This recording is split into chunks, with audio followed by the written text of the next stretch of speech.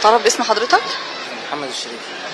لو سمحت يا استاذ محمد، عاوز اعرف من حضرتك رايك ايه في رحيل حلمي طولان عن الفريق الاول لنادي الزمالك؟ والله يعني المفروض احنا زملكاويه وبنقف ورا النادي في وقت الزمن بتاعه، وهو لو كان طلب انه يرحل بس في 1000 واحد زملكاوي هيجي ويشغل الفريق. طيب شايف مين المدير الفني الاصلح لان هو يقود المرحله اللي جايه؟ يعني في طارق يحيى، في ابو رجيله، يعني دولت الاسماء اللي عندي. طلب باسم حضرتك؟ طارق ملش. عايز اعرف من حضرتك رايك ايه في رحيل حلمي طولان عن الفريق الاول لنادي الزمالك؟ والله انا كنت شايف العقبه الوحيده في موضوع تاخر نادي الزمالك والنتائج بتاعته طبعا مش مرضيه يعني. اعتقد العيب بيرجع للمدرب، وسجلت انا مره اللي قلت نفس الكلام ده برضه. تمام. طب شايف مين الاصلح لان هو يبقى مكانه الفتره اللي جايه ان شاء الله؟ هل مدير فني مصري ام اجنبي؟ لا، انا كان ريفيرا كويس، كان احسن مدرب جه الزمالك ريفيرا، واحسن نتائج ريفيرا في تاريخ طبعا الزمالك ريفيرا. قعد فتره طويله جدا ما جلبش ولا ماتش لانه حط ايده على نقطه ضعف.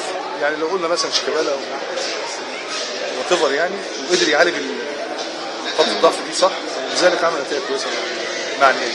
فبناء عليه لو جيبوا مش شرط بقى مدرب اجنبي او مصري، لان الزمالك نادي طبعا نادي كبير من اكبر الانديه، يعني هو الاهلي اكبر نادي مثلا في مصر، فعنده لعيبه كويسه وعنده خامات كويسه طيبه يقدر يحقق بيها اي انتصار اي بطوله. بس المشكله نوظف الخامات دي ازاي، فده شغل المدرب طبعا.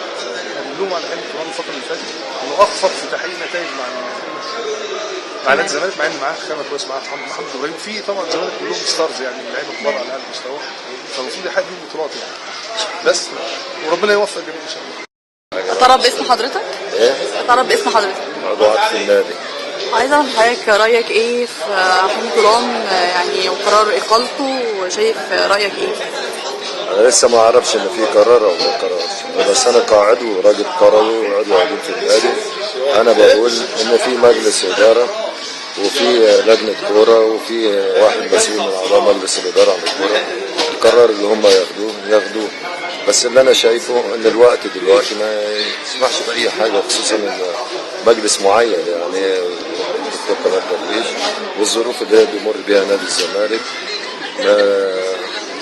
ما اعتقدش يعني ان قرار تغيير او اقاله او بتاع هيعمل حاجه في الفرقه يعني. طب شايف مين الاصلح لقياده الفريق الاول بعد حلمي طولان؟ انا مش شايف ان في حد اصلح بالنسبه اللي هم المدربين المصريين او ابناء النادي او ده. انا شايفه النادي الزمالك طول عمره لازم يكون في مدير فني اجنبي.